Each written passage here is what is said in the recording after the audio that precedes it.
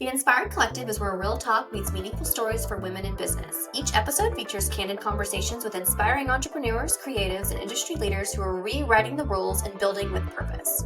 If you're navigating business, sales, networking, or creative entrepreneurship, this is your go-to space for connection, growth, and bold ideas. We share the why behind the work and the lessons learned along the way. Whether you're building a brand, leading a team, or dreaming up your next big move, the Inspired Collective is here to fuel your fire and remind you your voice and vision matter. You can expect stories that educate, conversations that empower, and a community that gets it. Welcome back, guys. Episode number 2. I'm Renee. I'm Carly. And you are listening to the Inspired Collective podcast. Woohoo! We're back for episode number 2. How are we feeling? Full transparency, we just recorded episode number 1. We're trying to get a couple under our belts today, just, repetition. So I think we were definitely sweating after we got off that first one.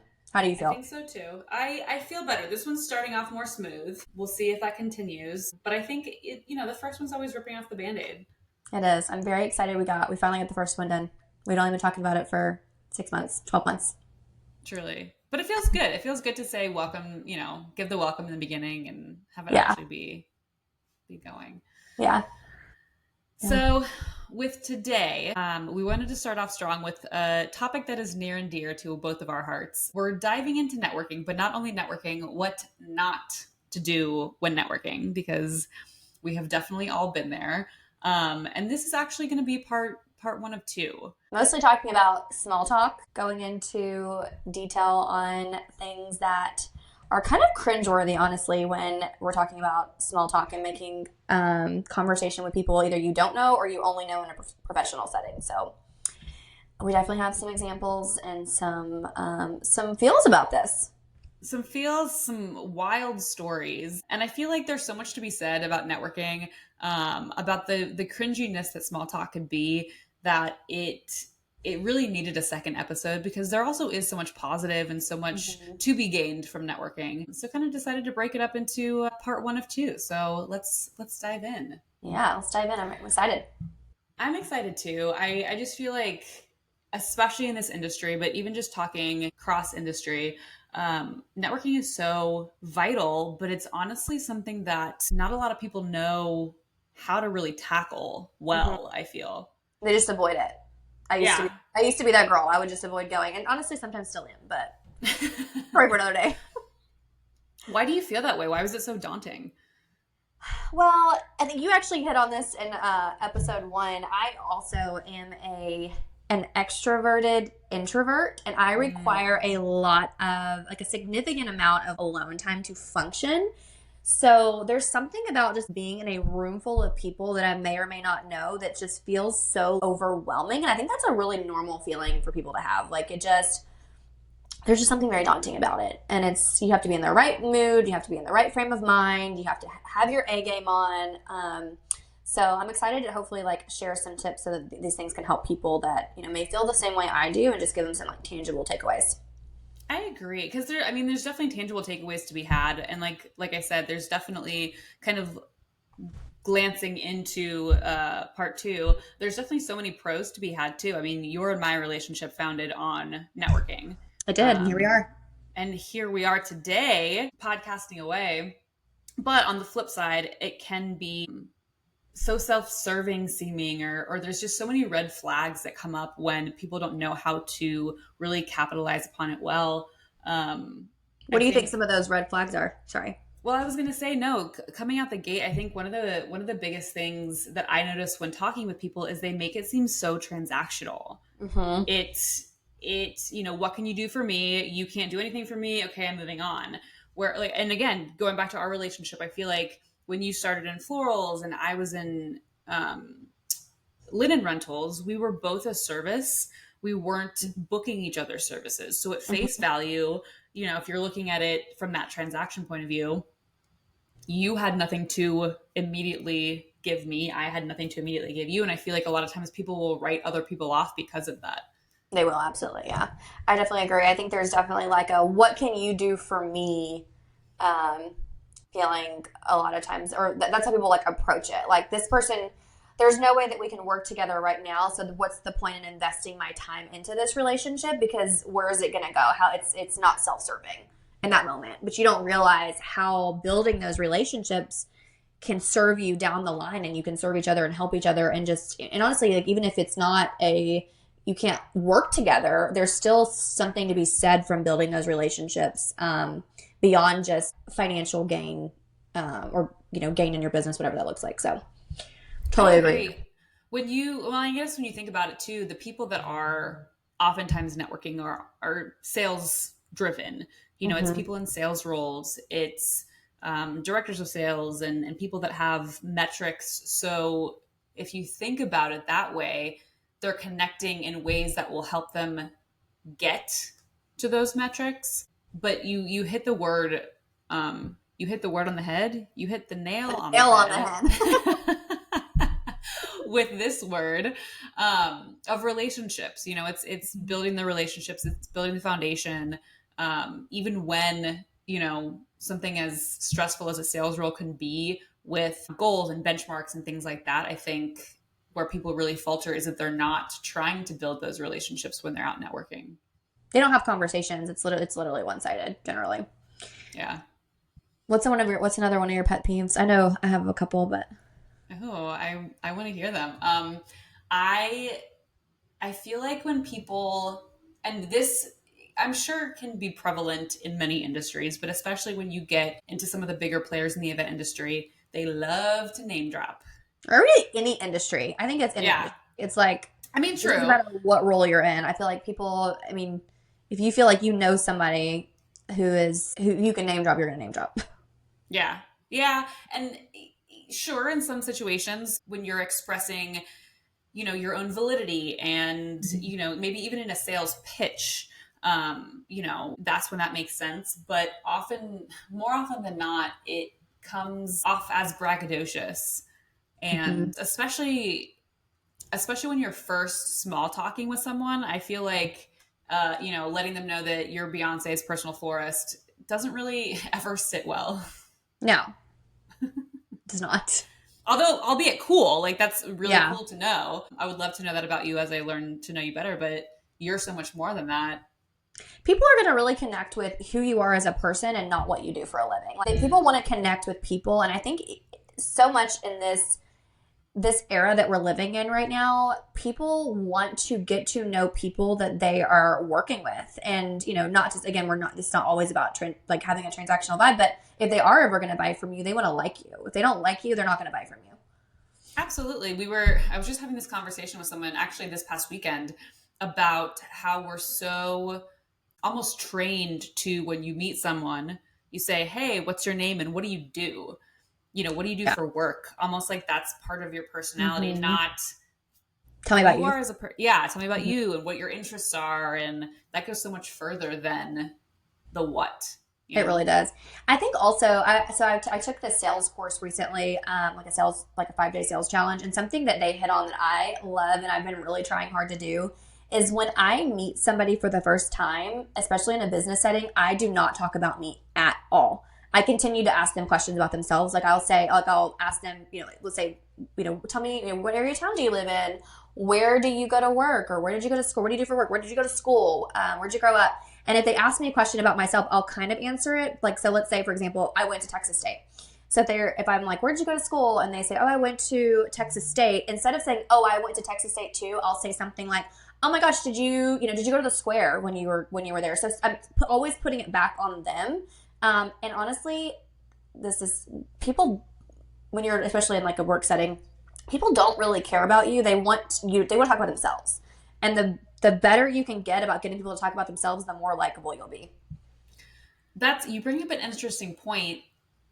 What side of the sales journey, if you will, are you on when you're doing that? Because I feel like in a conversation, if both sides are only redirecting the question. Well, so it's generally like when you're on the sales side, but you're always selling, right? Like you're either selling yourselves, you're selling your service, you're selling your personality. Like I truly feel like when you go to a networking event, you are always selling something, and not necessarily like, again, not like a transactional vibe, but if I had gone to lunch with you and I had spent the whole time talking about myself and not getting to know you, I would have not known anything about you, and you would have walked away being like, dang, she talks a lot. if you try this and you do that, like people will literally walk away being like, oh my gosh, I just made a new best friend. They won't even realize that you literally know nothing about them or they know nothing about you. That's interesting. I feel like people do that more often than Then you realize. Yeah. Yeah. But once you start to see it, you can't unsee it. Yeah. You're welcome. I'm curious. You mentioned that you have a ton of red flag pet peeves. What are some of them? Oh, I really don't like a negative oversharer. Ooh, but both of those things. Negative is one, overshare is two. Put them together. Mm-hmm. Yeah, I feel like we know some people like that. I can think of at least one person. Oh, do tell. A shared We won't person. we won't name names, but do tell. Tell us about this person. This individual who shall not be named, if we're thinking of the same person, which I'm sure there can be more. There's probably multiple.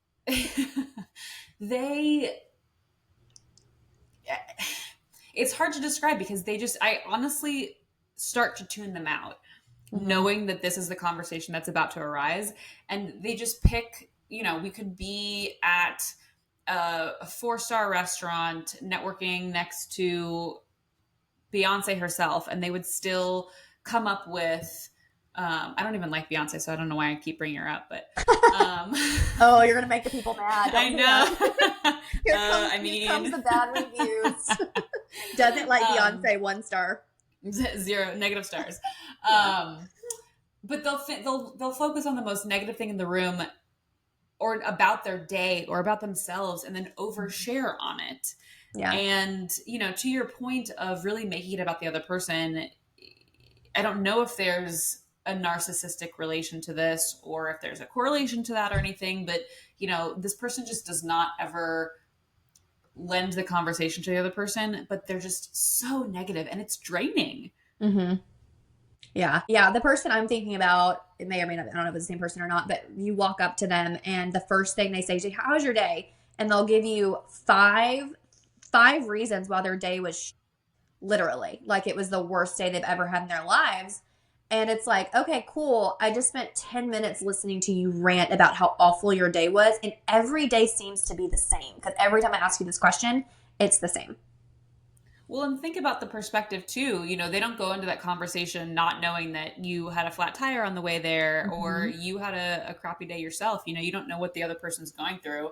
And so I think even just a flip of that perspective, yeah, you can think of 5 good things that went right in your day if you're here and you're networking and you're standing up right. So if you can't, then honestly smile and fake it, or don't come, right? Like, you're in a professional setting. If you're at drinks with your girlfriends, then by all means rant and rage about how bad your day was. But if you were at a networking event, you are literally like on the entire time. And if you can't think of anything nice to say, then don't say anything at all.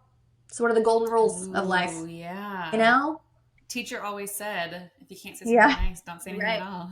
That's right. Keep your mouth shut. Well, and sometimes, we are not robots. We all have bad days. I know, talking about a drained battery, especially at the end of a long day when networking events usually are, it's easy to feel drained and not want to commit. And there's nothing wrong with pulling out because you're not going to be the best version of yourself in that situation.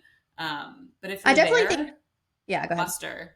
Yeah. I mean, I think the person that I'm talking about, it's literally just been like a consistent behavior the entire time I've known this person. Like, they had one job. It was like an awful job. We gave them the benefit of the doubt. Okay, yeah, that's a pretty hard job. That really sucks. And then as they moved into other positions, it was always the same thing. And so it's like they just lead with negativity in their life. And so, yeah, it's interesting. It's interesting. I like that people can't see that. How do you feel when you see that person at networking events? It drains me, honestly. Like, it's somebody that I know I have to talk to because everyone knows them, but it's like I see that I'm like, oh, let me go this way, We go bob and weave. Yeah, let me have a glass of wine before I have to embark on this convo, this 15-minute negative conversation. Yeah, it can be a lot, and definitely not ideal. Definitely not ideal. Yeah. Something else that I feel like is that a lot of people do, and I've done this myself. This is like definitely I've been in this position, is wearing that busy badge, like like a badge of honor. Like busy is a badge of honor, and they are going to talk your ear off about all the different things they have going on in their lives. I feel like I am a little bit guilty of this, but not not in the way that you just mentioned, but I feel like my go-to when people ask me how I am is busy. And Hmm. even just saying the word busy, not Yeah. elaborating or not, overly divulging, negatively oversharing. But Yeah. I feel like that's my go-to, and I don't love We're that. You are busy. I mean, you like here's the thing: is everyone is busy, right? Like we're all so busy, especially running a business or working in and living life. Like everyone is so busy, and it's just so easy. Like I said, I've too have been guilty of this. Is just getting caught up and being like when somebody asks you a question, like, "Oh, I'm so busy. I've got all these things going on," you know. So I feel like it's also just retraining the way that you respond to it. To your point, yes, we're all busy. Busy is relative. You're busy. Carly is going to be my different than my busy. But maybe rephrasing the question or reframing your answer to say, talk about the things that you're excited to be working on or the mhm. things that you're looking forward to, or, ask the question, what's good? So you'll get a different answer or solicit a different answer to someone, because then it kind of just reshapes the answer to be positive versus how overwhelming that busy is. You brought up a good point, and I think it would be helpful. So I will say, for those of you who don't personally know Renee, Renee is the queen of networking. Like she will knows how to work a room. You will go to an event with her, and she will know every single person there, and remembers their names, knows what they do. Like she's queen bee when it comes to networking. So if you encounter someone like this, so you ask me the question, like, how does it make me feel? I'm gonna ask you the question, what do you say to that person when you're in that conversation and they're just being very negative, or they're, not really giving you any positivity? How do you, because you are also the queen of positivity. So, Well, thank you. The hats are stacking. I will kind of throw it back at them, not in an aggressive or mean way, but say, if they lead with the overwhelm or the busy, trying to, again, tying in the fact that this is all relationship based, being intentional in recalling things about them that say, oh man, you're so busy. Oh, but I remember last time you said that you landed that huge client that you were focusing on. So that's something good. mm-hmm. Or, oh man, but I know you said you were looking forward to this networking event, and oh, did you meet that person that you came here to specifically meet? So it's almost like helping them try to rephrase their answering and give them that bit of perspective, which I guess comes from that positivity. How do you remember these things about them? You have so many conversations. I It's not because my brain is good. I have Swiss cheese brain these days. Honestly, especially more so lately, I will write it down. If there's something big, even outside of networking, just in people that I encounter, personally, professionally, on the phone, via email, I'll write it down and I'll write myself a reminder Mm-hmm. to text them on a certain day or follow up after a certain time. Like when I remember when you guys were moving into your house or closing on your house, I wrote myself a note that said, hey, send Carly a congratulations text. Just because I feel like that there's no way that I can remember it all myself, but kind of bringing that back and tying that into those touch points, but also being present, not being on your phone, not looking around the room, seeing who else you can connect with. Being present to the conversation also helps you retain so much more about what's going on with that other person. Yeah, it can be hard. Like you have to, because here's the thing: is you're not going to be. I don't want to say it like this. You're not always going to be. You're not always going to connect with every single person you talk to, especially in a professional setting. And Totally. it's really important, though, just out of respect for the person you're talking to give them your undivided attention for that like 2 to 5 minute conversation. And I'm like the first person who zones out. Like I have the attention span of a squirrel, like literally. And sometimes I have to like bring my focus back to who I'm talking to. But just being aware of that, if that is you, to say like this person deserves my respect, and that respect is my attention right now. Do you really think you have the attention span of a squirrel? I've never I a noticed that about hundred. you. Oh yes, I do. I'm Well, glad you you haven't must. noticed. Well, now I will, but Yeah, I you must can't. have a good awareness to bring it back to the conversation. I actually drive my husband crazy because I cannot watch a TV show or a movie without having to I will we'll be like at home and I'll have like TV on in the background and I will rewatch the same episode of something 6 times and still not be able to tell you what is going on. My husband will be like in another room and just over here and be like, "How many times are you gonna watch the same episode?" Like, as many times as it takes, okay, honey? I still don't know what's going on. Do you feel like they're talking about being busy? Do you feel like that is your entrepreneur mom brain at full capacity every day, or is that just an attention thing? I think it's a combination. I have not always been like that, but I think it's just like it's not allowing my brain to turn off. Like my brain is always just on and thinking about the next thing, and so that's why, like in these networking conversations, it's not that I don't want to listen to what that person is saying.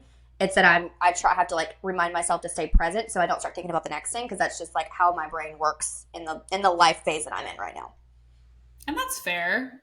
And I feel like you said, it wasn't always that way. It won't always be that way. Yeah. There's ebbs and flows when it comes to that. Yeah. I mean, I think it's normal. I think you're either really good at it or you're like me. You're like, you have to really stay focused on it.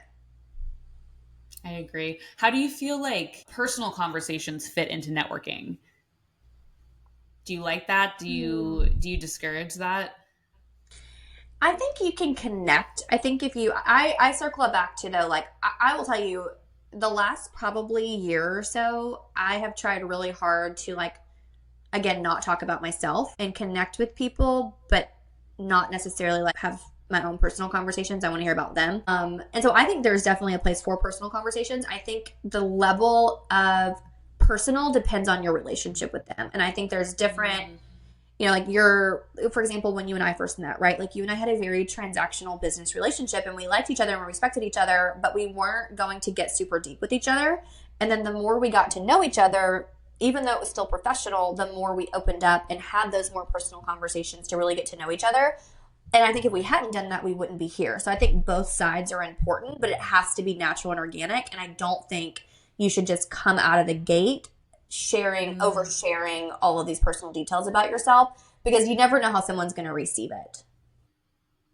Truly. I mean, not everybody is that way. Sometimes people are just there to network. They can be very personal with their lives and that's totally fine. So I guess it is really a case by case situation.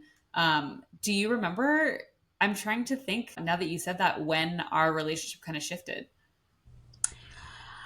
Yeah, I actually don't. So I think that our relationship didn't really shift until we started going more into like talking more about having a deeper business relationship, which I said all. So my business partner and I, our relationship also started off being professional first before we became friends. And our friendship came from our business relationship as that deepened. And then now she's like my best friend. I can't imagine my life without her, but it definitely started off as professional. And that's how we've been able to like be so successful working together, is because the foundation of our relationship was business. So I like that. Yeah. So obviously with networking, it's live, it's happening in real time. Mm-hmm. To err is human, as the quote says. And so I don't know about you, but I feel like I am privy to a lot of fails when it comes to networking, and have some cringy stories. I don't know if you do too. I'm sure I really do have cringy stories. I definitely have like cringy stories talking in front of people, but tell me yours. So, as I'm sure you can tell by listening to this podcast already, I have a tendency to throw in phrases to elevate the things that I'm saying, but then I say them incorrectly. I know. I love this about you, though. I feel like at this point, I just need to make it endearing and lean into it. It's hard. I'm newly a part of a team where I lead 9 different sales managers, and I don't think that they've learned that about me yet. So it's been interesting to throw those in and kind of just, ride the wave of that. But I think I said something wrong earlier in the podcast. Nip it in the bud, nip it in the butt, stuff like that. I really try to make them applicable, but for the life of me, I cannot say them correctly. That's funny. I feel like I always forget people's names. Ooh, that's hard though. Yeah, it is hard. but I'm literally the worst. What do you even How do? what do you do? Do you ever do that? I can never remember people's names. I'm great at faces, and I'll be like, "Oh, we met on this day during this time, and we had talked about this," but cannot remember your name. Um, so what would you say to someone who like you can't remember their name? I feel like I've used you as not a crutch, but as a tool, we'll say, for this. Honestly, introduce them to someone. And if you know the other person, just be like, Hmm. "Oh, have you met Carly?" And Yes. hopefully that other person will say, "I'm Carly. Who are you?" Yeah, I agree. I think it's one of those things I do the same thing. I'm like, so meet my business partner. This is Melanie. Melanie. And then I'll let her and I'll typically like whisper to her, like get their name, like I didn't Mhm. remember their name. And so or she'll just like automatically come up and introduce herself. So yeah, that's definitely totally me too. I do the same thing. Yeah, I don't know what it is. I also try to say their name after I've met them, Yes. um, because then that kind of helps the brain remembrance Hmm. connection. So it's not like in one ear and out the other. But I'm still so horrible about it. I need to be better about just saying, "I'm so sorry. Remind me your name," Yeah. especially when it's a new connect, because I Yes. think that goes over so much better than going through an entire conversation calling them the wrong name or introducing them as the wrong name, which I recently did and was mortified. I feel like I think when you do that too, you remember you're not going to forget their name again because you've already had to tell them I forgot your name. But you can say something as simple as, you know what, like I remember loving our conversation and I remember your face, but can you please remind me your name? Like I'm terrible with names, and then just being honest about it. And if you can't take the chicken way out and introduce it to somebody next to you. I mean, I feel like people get it. Yeah. Yeah, especially if you're solo networking and don't have a person to piggyback on. Yeah. Yeah, for sure. I agree. I also, this just popped into my head as another kind of red flag annoyance. With forgetting people's names, obviously comes an amount of grace and Mhm. forgiveness.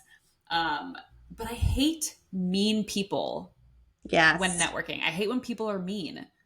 I know. And we actually have an entire, we keep giving y'all little like drops, like hints at future podcast episodes, but we have an entire podcast episode on Mean Girls that we're going to get into. But that is definitely one of them that like, I've been at networking events where there was little, okay, I'll tell you a story real quick. So there was a group of women at a NACE event, actually, which is an organization Renee and I are both a part of.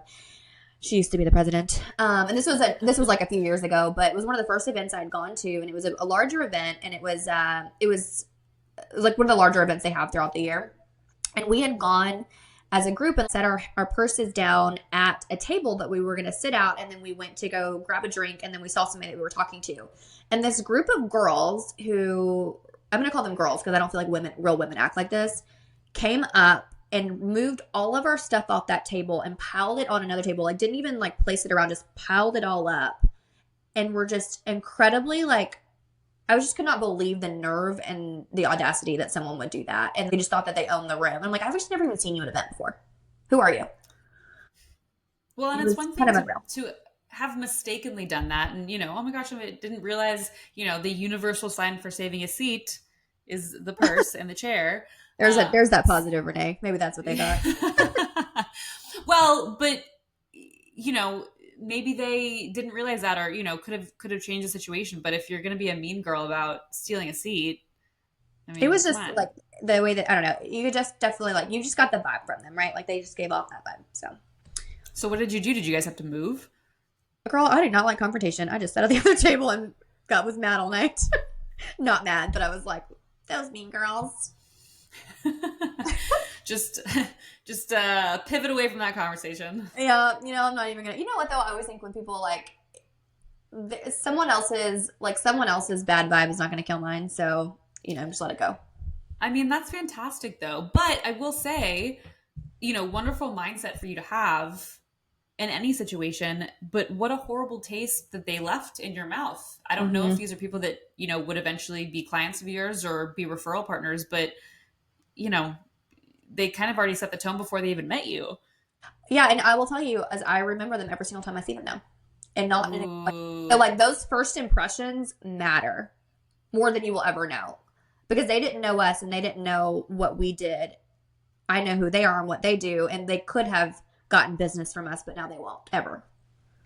Well, and that was that was nonverbal. That wasn't even a conversation or a service failure that happened. That was a nonverbal instant, blacklist. Instant ick. You know, when you get those icks, it's kind of like when you go on dates with people, right? And like they just give you the ick. They chew too loud. Yeah, you can't undo the ick. The ick, as the kids are saying. Speaking of the kids and this new age of demographic coming into the workforce, what are we doing with business cards? Do we like them? Do we hate them? Do we need them? Business cards. Okay, I'll tell you my opinion. And I am a 35-year-old millennial mom, so take this with a grain of salt. I still love a business card. I like something tangible. And I know they're doing these things like the little scanny things. But here's the thing is like, I'm not going to remember what your name is in my phone. We just talked about that, right? Like not remembering remembering faces, but not names. So if I'm scanning your business card into my phone, I'm not going to know where you are, who you are. I have 1,000 contacts. How am I supposed to remember that? Like, I want something tangible that I can then go the next day and I can line them up at my desk and I can say, I want to email this person, this person, and this person, and these are the reasons. And then make notes on like their names and what they do, and those like little notes that you talked about in your phone. We have a system that we use for that we like type things into. So I want to be able to like sit down and do all that, but I want the physical cards. I kind of agree. I was very much intrigued by whatever systems came out. I know that Apple phones can do like the contact share, and there was an app you could get where you tapped it and like shared your business contact. And I was really intrigued by that when it first came out. But also being a millennial, I think there's something to be said for having something to pass along when you're doing a sales call or when you're making a connection. Yeah, I don't remember if we're not remembering their names to their faces, we're not going to remember them in our phones. Yeah. So I feel like it is maybe that's a new business opportunity, is creating something that marries the two of them, where you can put little notes, as to where you met this person or whatnot. And I also feel like pulling out your phone. If the other person doesn't have the business card share, it doesn't work, but it also kind of derails the conversation, because then you're looking at your phone, you're distracted by your notifications. Yeah. Not to call them old school, but I think I like the old school way of the tangible business cards as well.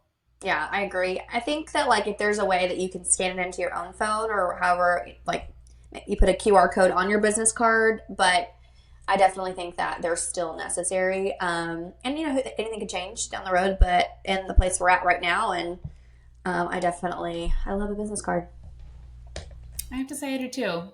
This is a pro business card podcast. Yes. Hashtag pro business card. Hashtag keep them. Do the kids still use hashtags? Oh no, maybe not. I don't know.